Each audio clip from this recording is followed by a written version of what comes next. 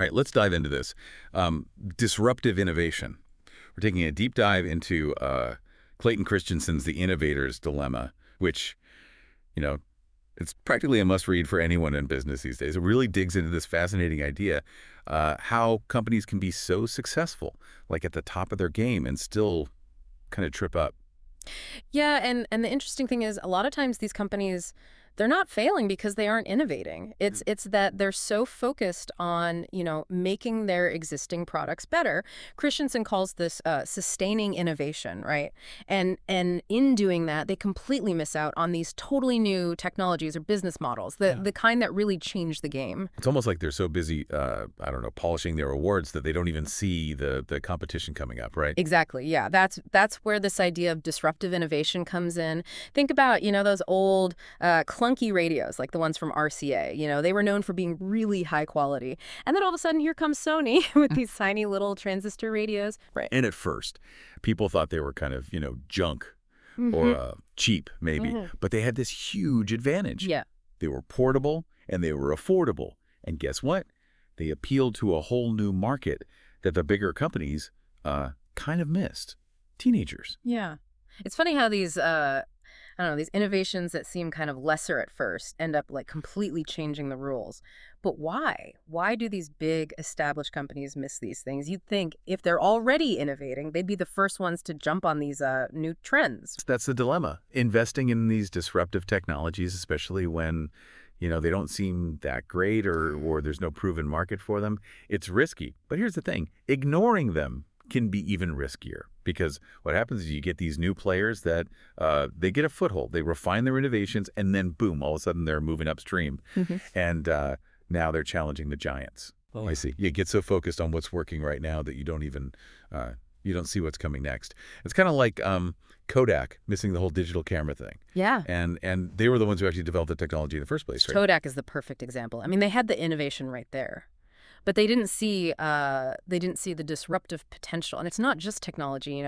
Think about Toyota when they first entered the U.S. car market. Right. Their first car, the Corona, it wasn't flashy. It wasn't as powerful as American cars, but it was fuel efficient. And that was a big deal during the oil crisis back then. And look at Toyota now. Yeah. Wow. So it's really not just about the technology itself. It's about recognizing that what customers need, it's changing. Yeah. And then being able to adapt. But is this always about, new companies coming in and shaking things up? Can established companies also be, can they be disruptive too? Yeah. That's where it gets really interesting because sometimes established companies do try to adapt. Look at Gillette. They built this whole empire on high-end razors, and then you get Dollar Shave Club with their simple subscription service, right? They were undercutting Gillette on price and convenience, and now Gillette's trying to play catch up with their own subscription service. Huh.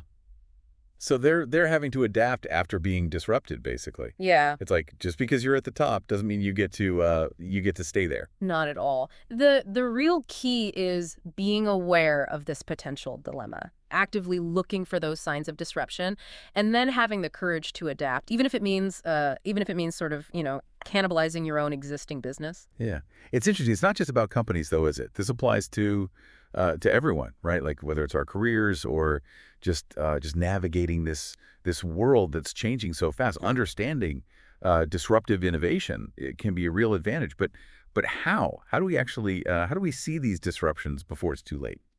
Well, I wish there was a crystal ball, but Christensen does lay out some key strategies in the innovator's dilemma, and one of the most powerful ideas is to actually create separate organizations within your company, like teams that are specifically focused on disruptive innovations. Well, interesting. So it's like having your own little disruption squad. Yeah, that's a great way to put it. These smaller, more agile teams, they can experiment, they can take risks without the pressure of having to keep the main business going. They can really focus on those underserved markets, the ones that the bigger companies might not even see.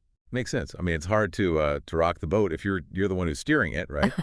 But these smaller teams, they can kind of like zip around in those speedboats, exploring all the new territory. Exactly. And they're free to develop products that might not even, appeal to the company's existing customer base. And that's really key because disruptive innovations, they often start um, by serving these niche markets, the kind that the established players don't even see as valuable. Yeah, like those teenagers who just wanted a cheap and portable radio. Right. Back then, nobody knew how that would change everything. So it's really about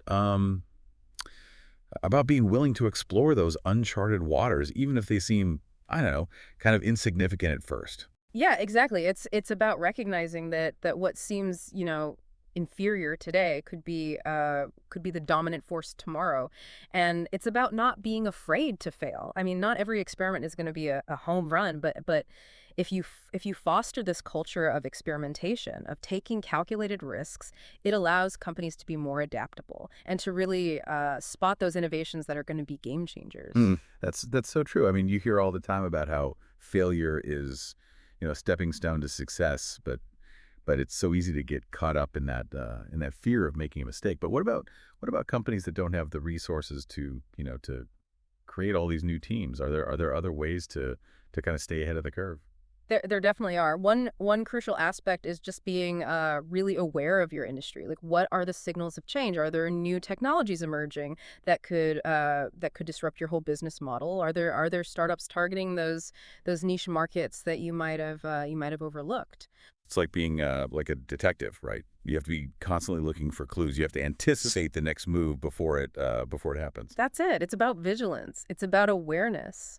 And it's about having the courage to really challenge your assumptions Yeah. about, what your customers actually want and need. Because sometimes the biggest threat comes from the direction you least expected. I mean, Blockbuster, they probably never thought that a little DVD by mail service would be, would be their downfall. Right, right. Disruption can come from anywhere.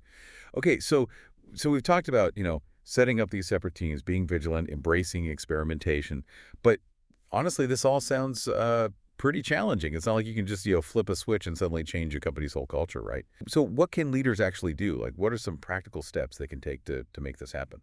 You're absolutely right. It's not a quick fix. It takes, a real conscious effort and a willingness to embrace change at every level. But the payoff can be huge because the companies that really figure out how to navigate disruptive innovation, those are the ones that not only survive, but they thrive in the long run. So how do they do it? Are there any real world examples we can learn from companies that have actually managed to avoid this innovator's dilemma and come out on top? There are some really inspiring examples out there. One of the best examples is Netflix. Remember Blockbuster Video? Oh yeah. They were the kings of video rentals, right? Right. But they completely missed the boat on online streaming. Didn't see the disruptive potential at all. But Netflix, they embraced it, and now, I mean, look at them. They totally changed the way we watch movies and TV shows. Yeah, it's crazy to think about going to a store to rent a movie now. I mean, Blockbuster felt like it would be around forever, and then suddenly, poof, they're gone. Yeah. It really shows you how quickly things can change when one of these disruptive innovations comes along. It's all about being able to adapt. Netflix, they didn't start as a streaming giant. They were a DVD by mail service Oh, that's right. competing directly with Blockbuster. But they were paying attention. They saw what was happening. They saw the opportunity with streaming, and they were willing to basically disrupt themselves, before someone else did it to them. Wow, that takes a lot of foresight and guts. Honestly, are there other companies that have been that forward thinking? Definitely. I mean, look at Amazon. Yeah. They started as just an online bookstore, which, a lot of people thought that was crazy at the time. Right. But they didn't stop there. They just kept expanding, moving into new markets, disrupting these huge retail giants like Walmart and Target. I mean, they're basically the poster child for disruptive innovation. Yeah, it's hard to keep up with everything they're doing. They're everywhere. Is there like a secret? Is there something that connects all these successful disruptors? Well, there are definitely some common threads. I mean, they're all incredibly focused on the customer. They're always looking for ways to make the customer experience better, and they're adaptable. They're willing to change as the market changes, and maybe most importantly, they have this culture of innovation, like taking risks, experimenting. It's not just allowed; it's encouraged. So it's not just about having the right technology or the right product. It's about the mindset, the culture of the company. It's about making a space where people feel like they can challenge the status quo, come up with new ideas, Yeah. and not be afraid to fail. Exactly. That's what separates the companies that really thrive in the face of disruption from the ones that get left behind. It's about seeing change as an opportunity, not a threat.